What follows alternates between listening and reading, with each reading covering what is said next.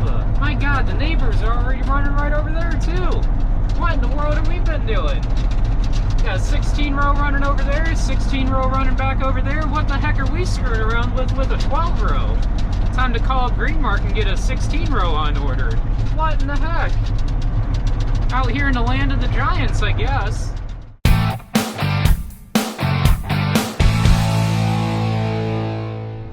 Morning guys, and welcome back to Werner Farm. So Dad and I ended up finishing that river farm on Friday. We had to have John Deere come out and take a look at the combine and do some calibrations on it for the tailing sensor, which now the tailing sensor is working great, so that's awesome. And we had them come out and replace an IVT module on the 8530, which I'll be talking about later today, which, huge shout out to them. That thing is working smooth as butter now. It is unbelievable how nice and smooth that thing is running. I'm on my way back from Union Mills right now from taking my first load up for today. Yesterday I hauled up 9 loads, and Sunday Dad and I hauled up to the port and I got 3 loads in, and so did he. Barry was hauling yesterday off and on from Union Mills and also up to the port, and he's right behind me up at Union right now getting dumped. We're going to clean out the rest of the corn in that north bin, and hopefully if it quits raining, because I don't know, it's off and on raining a little bit, just enough just to get the windows wet here, and so hopefully this will let up. Barry was saying, I guess they're talking off and on like this all day. My phone shows it's supposed to let up around 10 o'clock, but I don't know, it's supposed to say overcast all day today. I wish the sun would come out, and we would really like to move over into Starke County and pick that 80 acres of irrigated corn over there. I'm really curious to see how the 1077 and 1213 do over there, along with our micro mix trials, so that'll be real interesting to see how both of those trials turn out.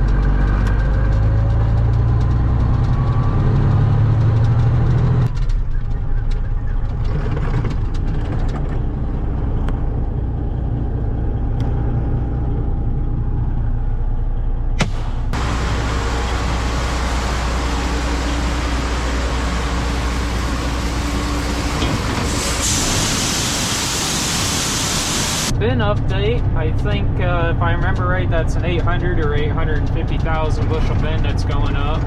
Looks like they got about I would say about majority of the roof up, except for up at the top.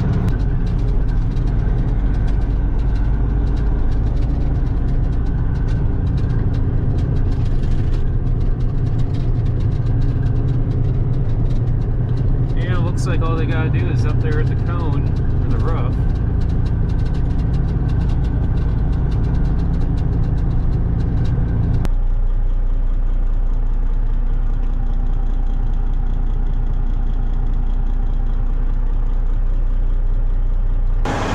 Barry's headed up with a load right now up to Union, and Dad had to run up to a neighbor because he needed some help with a bearing on a dryer, so he went up there. I'm just waiting on the sweep here in the bin to finish going around. I'm not even going to have enough to fill the front hopper, but I'll get that taken up to Union and we'll be done then with this bin, at least for now. We'll have to pull more out of it when we go pick some more, but at least this bin will be empty, then we can go pick some. Not today, because it's way too wet, and it's still raining off and on.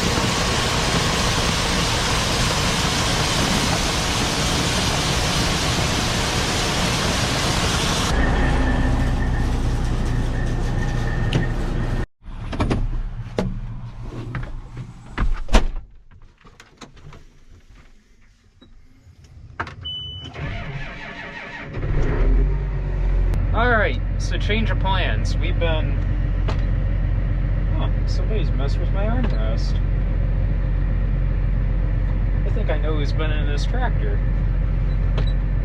really. So anyways, we've been screwing around all day, doing some stuff around the bin site, and we got corn running out of the south bin, not right now, but we did have, where we got corn moving out of the south bin now. So we just need to pull one load out of that, and then we'll close that one up. Eventually we will be putting corn back in that bin again, but at least right now we've got corn running out of it, and we got the center pulled out of it, or started. So we are going to move the combine grain cart and head over into Starke County on our last 80 acres over there that we need to get knocked out. And we figured, since finally the rain let up a little bit, that we're gonna go ahead, move over there, at least get the grain cart, combine, and head over there, get the ends picked off. That way tomorrow, first thing in the morning, we can just go over there with the semis and just hammer down.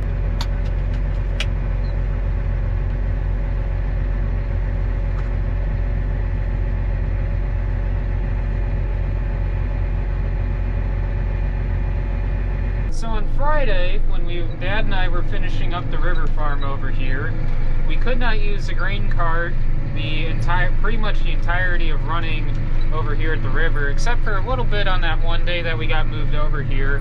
But the 8530 with the parking lever, we ended up getting the parking lever fixed Friday then, the day we were finishing up over here, because we had Greenmark come out and look at something on the combine at the same time. They came out Thursday to start working on it, and what they figured out was this has a module underneath here for this lever, and I think there was, I don't know how many sensors in here. There was a couple sensors not reading correctly, and they ended up replacing this whole module for this lever. And holy cow, this thing slides all over the place really smooth now. It actually came with all new springs and everything, and it's unbelievable how smooth that joystick feels now. It's unbelievable. But so yeah, it drives just like a new tractor, or it feels like a brand new tractor right now with that lever in there. I mean, it should for $1,500, but I don't know. They also had to replace the speed sensor, or speed control sensor, which is a sensor in that dial there. So I don't know what the deal was with that. I guess something about that sensor was potentially bad, or going bad, or was bad, but I guess it doesn't matter. It's replaced, and I think that was like $100. So $1,600 later, and the tractor feels like a brand new tractor, so it should. So when they were out also, we had them look at the tailing sensor again on the combine, because we were still fighting issues with that. I don't know what the deal was, but they ended up coming out and recalibrating it, and the service tech actually ran the combine for a couple passes there, and ran some calibrations also while we were running in the field there, and he ended up getting them dialed in and calibrated, and now we're finally seeing tailings from those sensors, so that's good. We were also having issues with the rotor loss sensor, so we got that fixed. Basically, it was just another bad sensor.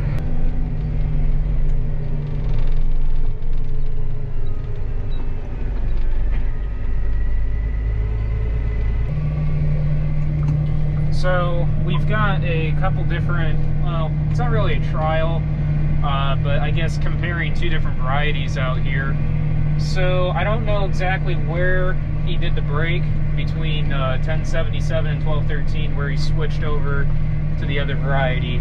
But we've got 1077 from the road up to a certain point out here in the middle of the field, and then 1213 from that point up to the other side of the field. So I don't know.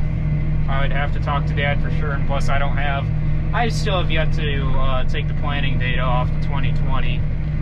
Just haven't taken the time to, and haven't found any time really to do that. So eventually I'll get that done. But we also have a microfeed or micromix trial, same thing that we did over at the river.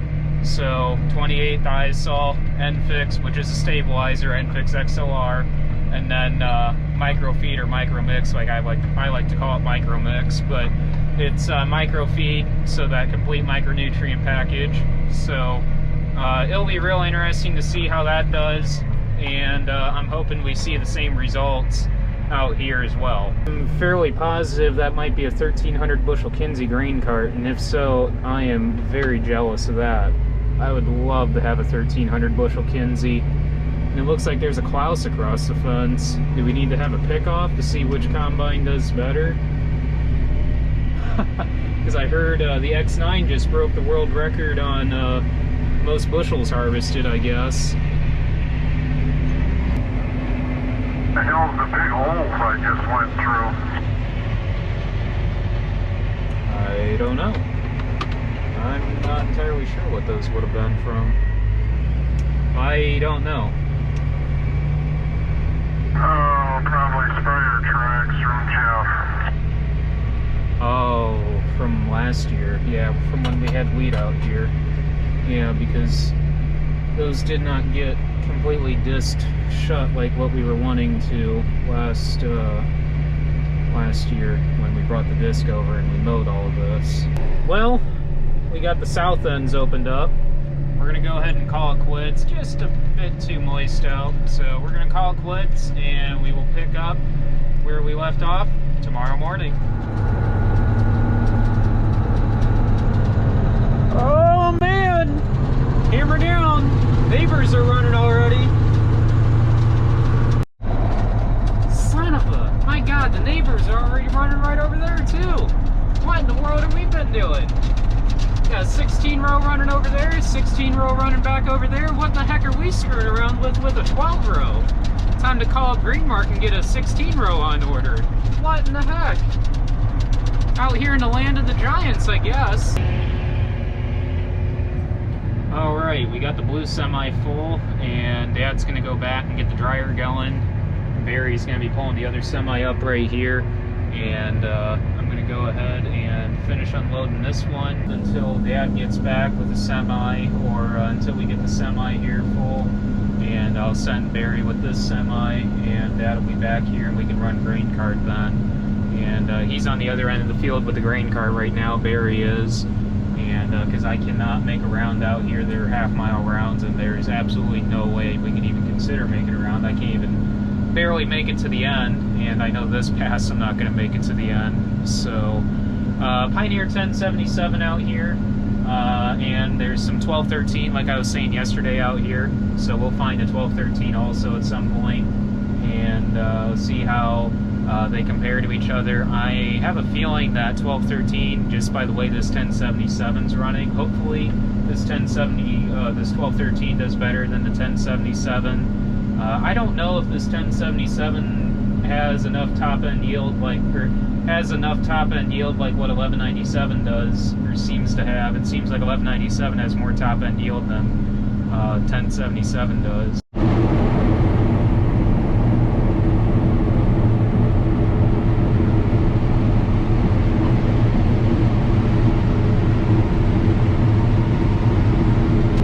Neighbors are running right over there across the road. There's a Klaus combine over there with a 16 row running and a Kinsey 1305. There's another Klaus combine just up the road that way running with a 16 row. Man, 12 rows is just not enough in this area. Anybody have any good suggestions for a radio mount bracket for the Midland radio in here? I know there's a bracket that you can get on the newer style combines up over here. I had this mounted up here, and I guess it's stuck now there, but there's sticky tabs on the back. I had it stuck up there, but it decided to fall down, and actually it's kind of held in place now there, but I don't know. I wish this thing had bracket holes. If you want, you could try dumping on the truck on the tarp side. If not, it's all right if you don't feel comfortable doing it, because I can do it if you want, and I'll that should fill that truck, and then I guess you could go ahead and take that back, and I'll mess with that camera and see if I can figure out that camera and see if I can get that working. So let me know. I mean, if you want me to dump it, that's no big deal. Like I said, I mean, I totally understand if you don't feel comfortable doing it. Alright, when we get back there, I'll kind of see Well, looks like Barry's going to give it a shot on dumping on the tarp side of the truck. I absolutely despise dumping on the tarp side because you can't see the bows whatsoever when you're loading. If we had a taller tractor or a tractor that's set higher, like a four-wheel drive, you'd be able to see across the top of that, like the 9400T did. But since I had the camera on the grain cart on the spout looking down in the truck when it was working, I didn't have a problem either side. But for some reason that camera on that spout looking down into the truck doesn't want to work. So I feel for Barry right now trying to dump on that truck right now. So hopefully he can get it. If not, I'll jump in there and do it for him and suffer through it just the way he is right now. I don't blame him. Oh man, yep, there he goes. He's scooted forward. Man, that truck's gonna be heaped up a little bit. Which is understandable because it's hard to see, and really you can only see it until the pile is really big up there. But looks like he'll get her topped off there, and you can go ahead and get that black semi headed back to the farm then. Truck headed out. Dad should be getting back with the blue semi here in the next 5-10 minutes, I would think. So I'm pretty interested to see how this micro mix does. I'm pretty confident we'll be using that next year in our side dressing program. As far as what we're going to be running next year for side dressing, I'm not sure. We may end up taking the thiazole out and doing our original sulfur program and front loading sulfur. What I would like to run with the 28 then, if we take the thiazole out, is run potash and spoon feed potash with our side dress, and maybe do some fertigation applications with potash, because I feel we should be doing something there, and run the micro mix with that, or micro feed, what it's actually called. So just some thoughts I'm having. I don't know. We considered doing something with potash with fertigating this year, but we just never had the time to really mess with that. We did do some potash on the beans, and that had some pretty positive results. I would like to play with that on corn. So hopefully next year we'll play around with that. What I would like to play around with some is some pivot bioproven maybe. Hearing some pretty good responses back from some guys that I know online that have been running it. So I wouldn't mind doing like a 20-acre trial of that, or 40-acre trial of that, and seeing how that compares to on our nitrogen program. Oh, you guys just missed it. There's a quad track over there with a gigantic disc ripper. Looks like there's a vertical till over there with I think like a Valmar seeder over there for cover crop. That's pretty cool. I don't know if you guys can see it or not. There's a Klaus combine way back over there. You guys probably can't even see it. I can see it dumping from here with the grain cart. There's a 16 row over there. Wow. Makes me feel small with this 12 row. I don't know. I don't know if I'd ever want to run a 16 row. I know a lot of guys ask me that all the time, but I just feel that you'd be swamped all the time with corn. At least we will. I know some guys can handle it, but I just feel that with a 16 row, we would just get so swamped so fast with corn, and we would just need a fleet of semis to keep up. I know some guys say you wouldn't, but I just know with our grain setup and our capacity of knowing what we can handle, I just know 16 row would be just way too much for our operation. So at least at this time, not to say that we'll never run one, but I just feel 12 rows plenty for right now. There's Dad. So change of plans. That wasn't Dad. That was Barry bringing back a semi, and he's going to go ahead and unload the grain cart and go ahead and take that semi then. And Dad forgot, and so did I, that there was a couple elevator buckets on that elevator leg that we needed to look at, and he took that cover off that leg, and there was 2 buckets that were broke and one was hanging there, so he's fixing that right now, and he should be just about done, and he'll be bringing the other semi back over, and then we'll run on the go with the grain cart. Well, that couldn't have worked out any better. I just sent Barry with the semi, and Dad's just now showing up with the other one, so that's good. Now we can run on the go.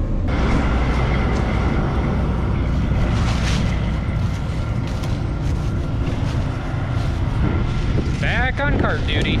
See, he can't be giving me too much crap about getting ladder corn. He was getting quite a bit there. Unbelievable how fast that grain tank unloads. Well, we done did Swamp Berry.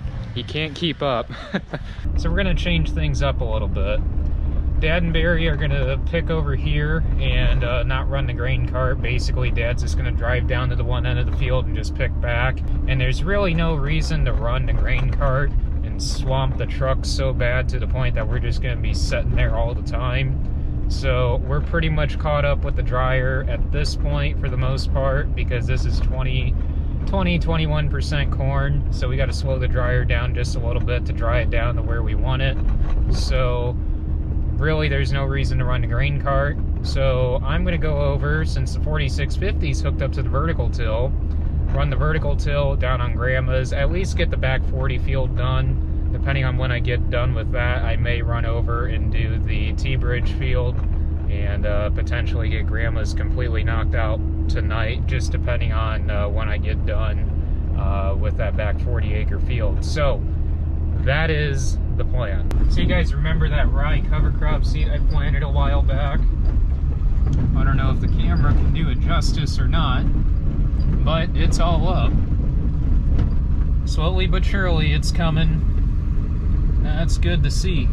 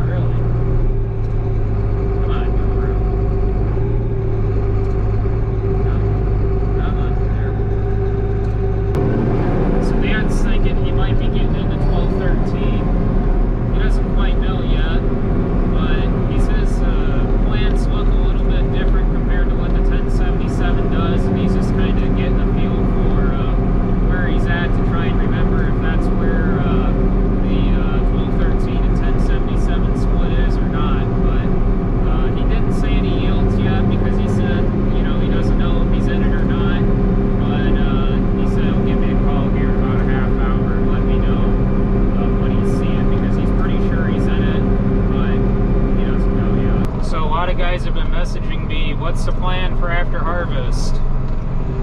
That's the plan right there, to finish that mess up. Oh, we would love to get that woods done this winter. We should easily be done with harvest by the second week of November, and we should be on that project, I would say, easily before Thanksgiving. I cannot wait to get back out in the woods and play with the skid steer and the gravel. That's going to be so much fun.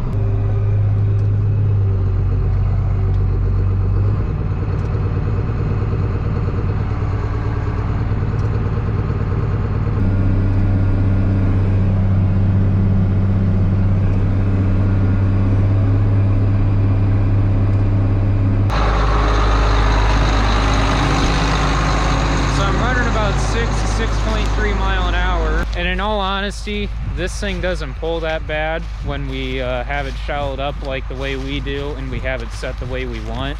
And it's doing a really nice job breaking up the residue and incorporating cereal rye seed out here. As you can see, we actually had this broadcasted earlier today, And yeah, so we actually ran stalk devastators on our corn head from Yetter Farm Equipment, and I would highly recommend.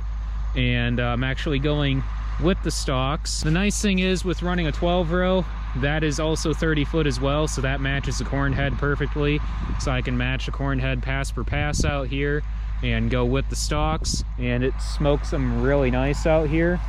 And it is doing a fantastic job out here running 6.3 Great Plains Turbo Max. I would highly recommend one. Love this thing. Does an awesome job at vertical tillage.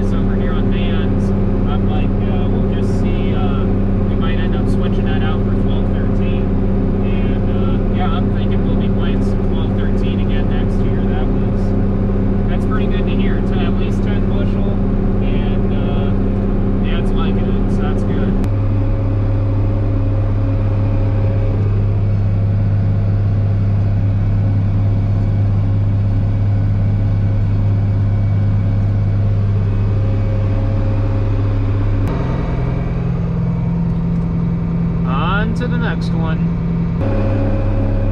Last pass.